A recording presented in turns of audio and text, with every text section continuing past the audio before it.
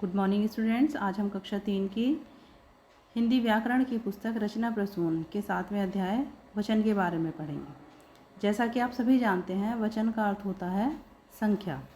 तो जो शब्द हमें एक या एक से अधिक संख्याओं का बोध कराते हैं उन्हें हम वचन कहते हैं। जैसा कि आपकी पुस्तक में उदाहरण दिए गए हैं, एक तितली, 3 तितलियाँ, एक गेंद, 4 गेंदें। तो इसमें तितली तथा गेंद कहने से उनकी संख्या में एक होने का पता चलता है, जबकि तितलियां तथा गेंदें कहने से उनकी संख्या में एक से अधिक होने का पता चलता है। तो इस प्रकार हम कह सकते हैं, शब्द के जिस रूप से उसके संख्या में एक या अनेक होने का बोध होता है उसे वचन कहते हैं। वचन 2 प्रकार के होते हैं, एक वचन और बहुवचन। फर्स्ट, एक वचन। तो शब्द के जिस रूप से उसकी संख्या एक होने का बोध हो उसे एक वचन कहते हैं, जैसे साइकिल, खिलौना, बकरी इत्यादि। बहुवचन, शब्द के जिस रूप से उसकी संख्या एक से अधिक होने का बोध हो उसे बहुवचन कहते हैं, जैसे साइकिलें, खिलौने और बकरियाँ। वचन निर्धारण के कुछ नियम।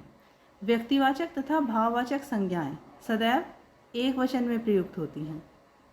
वचन की पहचान संज्ञा व क्रिया से भी होती है, जैसे राम खेल रहा है, लड़का खेल रहा है, लड़के खेल रहे हैं।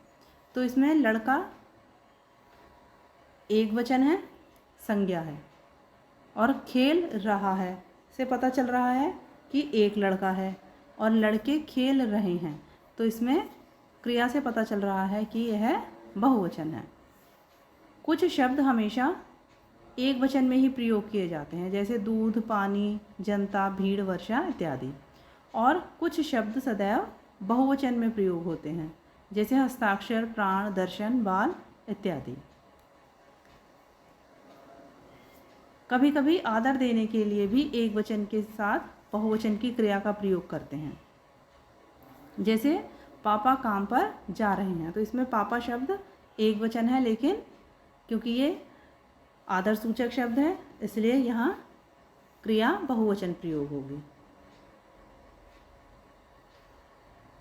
कुछ संज्ञा शब्दों की एक वचन व बहुवचन, जैसे दरवाज़ा एक वचन है, इसका बहुवचन होगा दरवाजे। उसी तरह कपड़ा, कपड़े, मेला, मेले, कली, कलियाँ, चींटी, चींटियाँ, मक्खी, मक्खियाँ, देवी, देवियाँ, लिपि, लिपियाँ, आँख, आँखें, माला, मालाएं, दिशा, दिशाएं, कक्षा, कक्षाएं, कन्या, कन्याएं, सेना, सेनाएं। तो इस पाठ में आपने सीखा कि शब्द के जिस रूप से उसके संख्या में एक अथवा एक से अधिक होने का बोध होता है उसे वचन कहते हैं। वचन 2 प्रकार के होते हैं, एक वचन और बहुवचन। एक वचन से एक संख्या का बोध होता है और बहुवचन से एक से अधिक कितनी भी संख्याओं का बोध होता है। तो आशा करती हूँ कि आपको यह पाठ समझ में आ गया होगा। अब इस पाठ से संबंधित प्रश्नों और अतिरिक्त प्रश्नों के उत्तर। सबसे पहले मौखिक प्रश्न, वचन के प्रकार बताइए। जैसा कि आप पढ़ चुके हैं, वचन 2 प्रकार के होते हैं। नेक्स्ट, एक वचन से वस्तुओं की कितनी संख्या का बोध होता है। एक वचन से वस्तुओं की एक संख्या का बोध होता है।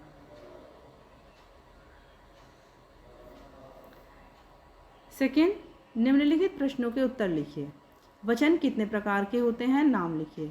वचन 2 प्रकार के होते हैं, एक वचन और बहुवचन। नेक्स्ट, ऐसे 2 शब्द लिखिए जो सदैव एक वचन में प्रयोग किए जाते हैं। तो ऐसे 2 शब्द हैं, दूध और पानी। नेक्स्ट, ऐसे 2 शब्द लिखिए जो सदैव बहुवचन में प्रयोग किए जाते हैं। तो ऐसे 2 शब्द हैं, हस्ताक्षर और प्राण। नेक्स्ट, एक वचन व बहुवचन शब्दों को अलग अलग करके लिखिए। तो इसमें एक वचन शब्द हैं चींटी, मेला, देवी, और बहुवचन शब्द हैं मक्खियाँ, भाषाएं, नदियाँ, कपड़े।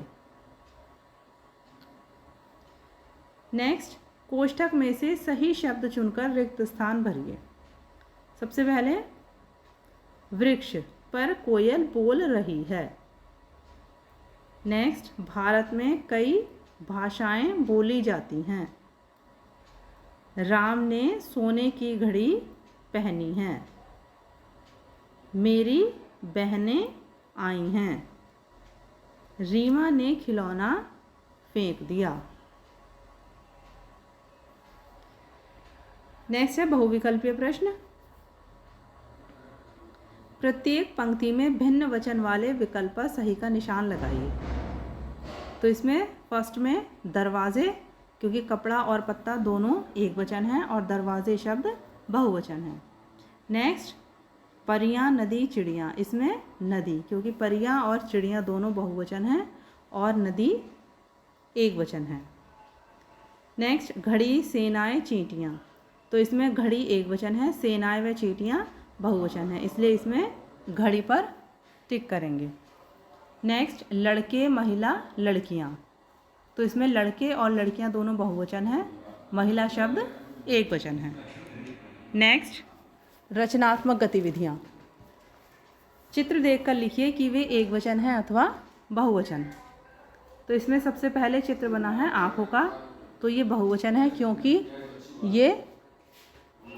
ये दो आँखें हैं, इसलिए ये बहुवचन है।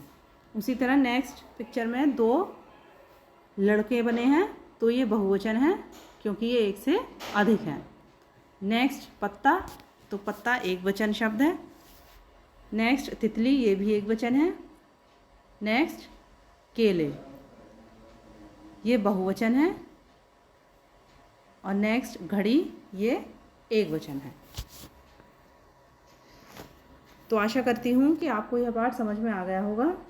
इस पाठ से संबंधित प्रश्नों के और अतिरिक्त प्रश्नों के उत्तर आप अपनी पुस्तक में और उत्तर पुस्तिका में साफ और स्वच्छ अक्षरों में लिखेंगे। Thank you.